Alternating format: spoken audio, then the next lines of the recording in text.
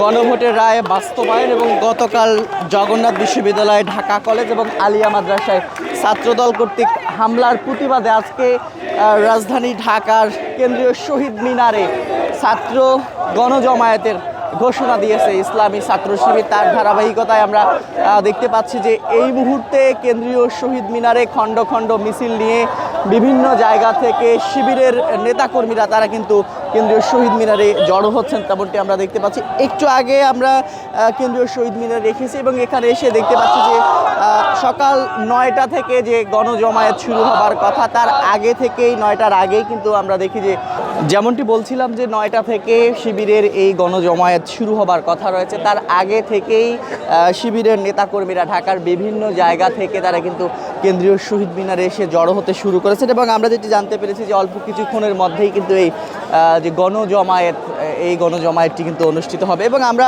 যেটি দেখেছিলাম যে গতকাল ঢাকার 3টি ক্যাম্পাসে, বিশেষ করে জগন্নাথ বিশ্ববিদ্যালয়ে, ঢাকা কলেজ এবং মাদ্রাসায় আলিয়ায়, এই 3টি ক্যাম্পাসে কিন্তু বাংলাদেশ ইসলামী ছাত্র শিবির এবং জাতীয়তাবাদী ছাত্র দলের মধ্যে বারবার সংঘর্ষের ঘটনা ঘটেছিল। তারই প্রেক্ষিতে কিন্তু আজকে বাংলাদেশ ইসলামী ছাত্র শিবির তারা এই কর্মসূচির ডাক দিয়েছে। কেন্দ্রীয় যে শহীদ মিনার, সেই কেন্দ্রীয় শহীদ মিনার থেকে গণজমায়েত কর্মসূচি শুরু হবে অল্প কিছুক্ষণের মধ্যে। তার আগে আমরা দেখতে পাচ্ছি যে শিবিরের যে কেন্দ্রীয় নেতৃবৃন্দ থেকে শুরু করে অন্যান্যরা কিন্তু উপস্থিত হতে শুরু করেছেন, তেমনটি আমরা দেখতে পাচ্ছি। একটু আপনাদেরকে যদি আমরা দেখাই, এখানে শিবিরের সভাপতি তিনি কথা বলছেন।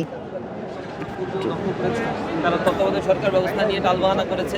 এখনও জুলাই চার্টারের ক্ষেত্রে তত্ত্বাবধায়ক সরকারের যে বিধানগুলো বা যে নিয়ম নীতিগুলো আছে, আমাদের মনে হয় না তারা এগুলো বাস্তবায়ন করবে। এগুলো প্রেশার দিয়ে তাদেরকে বাস্তবায়ন করাতে হবে।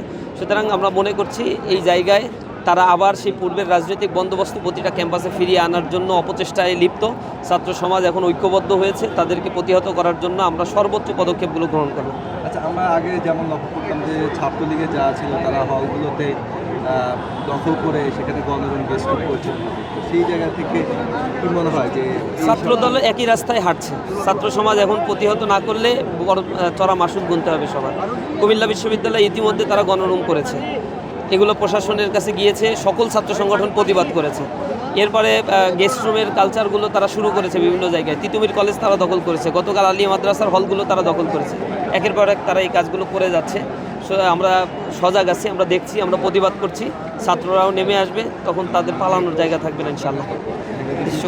যেমনটি বলছিলাম যে অল্প কিছুক্ষণের মধ্যেই শিবিরের যে ছাত্র গণজমায়েত সেটি শুরু হবে। তার আগে আমরা দেখতে পাচ্ছি যে এখানে কেন্দ্রীয় নেতৃবৃন্দ থেকে শুরু করে বাংলাদেশ জামায়াতে ইসলামীর কয়েকজন শীর্ষ নেতাকে দেখা যাচ্ছে এবং শিবিরের সাবেক সভাপতি তাদেরকেও কিন্তু আমরা দেখতে পাচ্ছি। সব মিলিয়ে আমরা যেটি দেখেছিলাম যে গতকাল পুরো রাজধানী ঢাকায় যে ছাত্রদল এবং শিবিরের মধ্যে সংঘর্ষের ঘটনা ঘটেছিল, এর প্রভাব কিন্তু পুরো রাজধানী ঢাকায় পড়েছিল।